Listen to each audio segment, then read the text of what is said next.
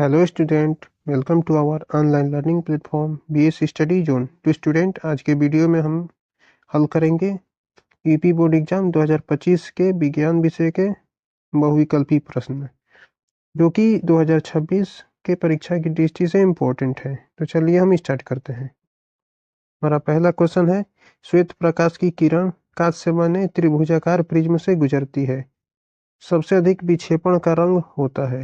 कि जब एक श्वेत प्रकाश की किरण त्रिभुजाकार प्रिज्म से गुजरती है तो वह 7 रंगों में विक्षेपित हो जाती है, जिसमें कि सबसे नीचे होता है बैंगनी रंग और सबसे ऊपर होता है लाल रंग।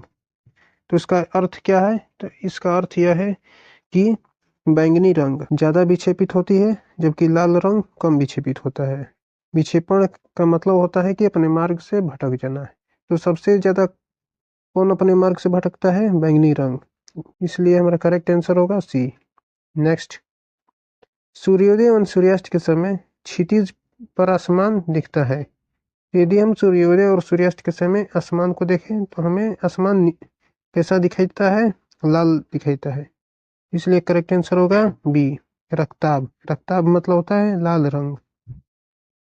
थर्ड नंबर, अवतल दर्पण के सामने स्थित किस बिंदु से गुजरने वाला प्रत्येक प्रकाश की किरण दर्पण से परावर्तन के पश्चात वापस उसी बिंदु से पुनः गुजरती है? ये रहा हमारा अवतल दर्पण। तो अवतल दर्पण क्वेश्चन पूछा है कि अवतल दर्पण के किस बिंदु से गुजरने वाला प्रकाश किरण वापस उसी बिंदु से लौट जाता है। तो परावर्तन के नियम में हमने पढ़ा है कि दर्पण के वक्रता केंद्र से गुजरने वाला प्रकाश की किरण दर्पण से परावर्तन के पश्चात वापस उसी बिंदु से लौट जाते हैं। इसलिए करेक्ट आंसर होगा दर्पण का वक्रता केंद्र।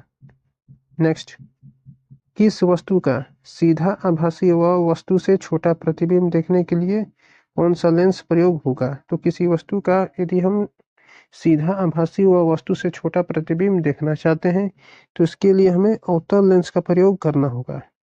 नेक्स्ट, एक विद्युत परिपथ में बहने वाली विद्युत धारा की इकाई होती है एम्पियर। नेक्स्ट, समान प्रतिरोध वाले 3 प्रतिरोध को श्रेणी क्रम में जोड़ने से उसका परिणामी प्रतिरोध प्रत्येक प्रतिरोध के प्रतिरोध से कितना गुना होगा? माना कि हम आर मान के 3 प्रतिरोध लेते हैं जिनको कि हमें श्रेणी क्रम में जोड़ना है।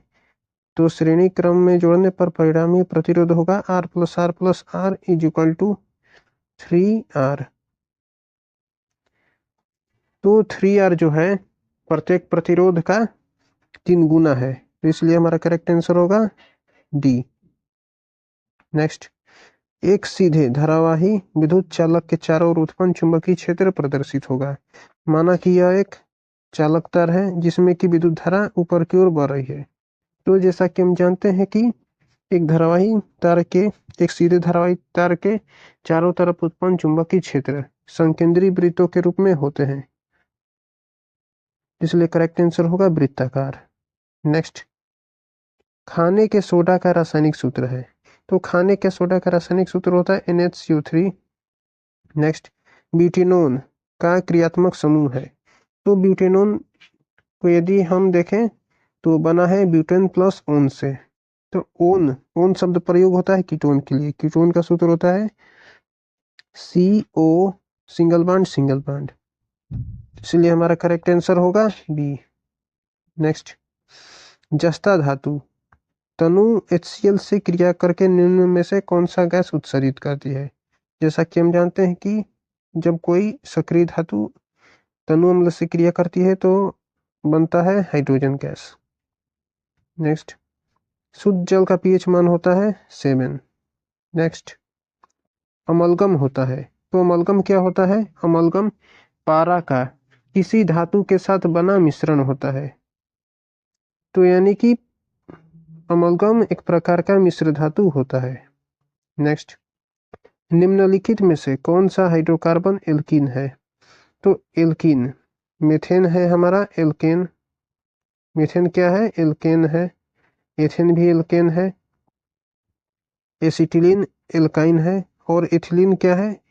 इथिलीन हमारा एल्कीन है, तो इसलिए करेक्ट आंसर होगा एथिलीन।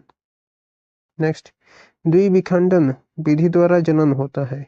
तो द्विविखंडन विधि द्वारा जनन होता है पैरामीशियम में, अमीबा में और यूग्लिना में, और डी ऑप्शन है उपर्युक्त सभी में। तो हमारा करेक्ट आंसर होगा डी ऑप्शन, उपर्युक्त सभी में। नेक्स्ट, अलिंद एवं निलय किस मानव अंग के भाग होते हैं? ये होते हैं हृदय का भाग। नेक्स्ट, निम्न में से कौन पादप हार्मोन नहीं है? तो ऑक्सीन हमारा पादप हार्मोन है, जिबरेलिन भी पादप हार्मोन है और साइटोकाइनिन भी पादप हार्मोन है, जबकि इंसुलिन पादप हार्मोन नहीं है। तो करेक्ट आंसर होगा इंसुलिन। नेक्स्ट, पुष्प के जनन अंग होते हैं। तो पुष्प के जनन अंग कौन से हैं? बाह्यदल पुंज, ये हमारा जनन अंग नहीं है, सहायक अंग है। पुंकेसर जनन अंग है, दलपुंज सहायक अंग और स्त्रीकेसर जनन अंग। स्त्रीकेसर जनन अंग और दलपुंज सहायक अंग, पुंकेसर जनन अंग, स्त्रीकेसर जनन अंग। तो हमारा करेक्ट आंसर होगा option number C. Next, Mendel ने गणित एवं विज्ञान का अध्ययन किस विश्वविद्यालय से किया था? इसका करेक्ट आंसर होगा वियना विश्वविद्यालय। नेक्स्ट, मेंडल के अनुसार निम्न युग में से कौन सा प्रभावी लक्षण है? जैसा कि हम जानते हैं कि मेंडल ने मटर के पौधों पर प्रयोग किया, जिसमें कि उसने परस्पर विपरीत 7 जोड़ी लक्षणों को लिया और उसने 7 जोड़ी लक्षणों में से 7 लक्षण प्रभावी लिए और 7 लक्षण अप्रभावी लिए। तो उन्हीं लक्षणों में से हमें देखना है कि कौन सा प्रभावी है और कौन सा अप्रभावी है। तो लंबा तना हमारा प्रभावी है, जबकि झुर्रीदार बीज हमारा अप्रभावी है। लंबा तना ये प्रभावी है और गोल बीज भी प्रभावी है, तो इसलिए करेक्ट आंसर होगा हमारा बी।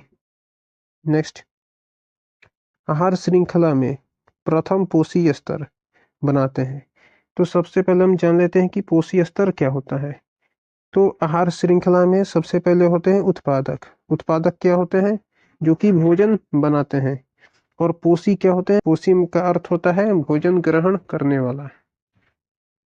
तो आहार श्रृंखला में प्रथम पोषी स्तर अर्थात उत्पादक से सीधे भोजन ग्रहण करने वाले कौन होते हैं? तो वे होते हैं प्राथमिक उपभोक्ता।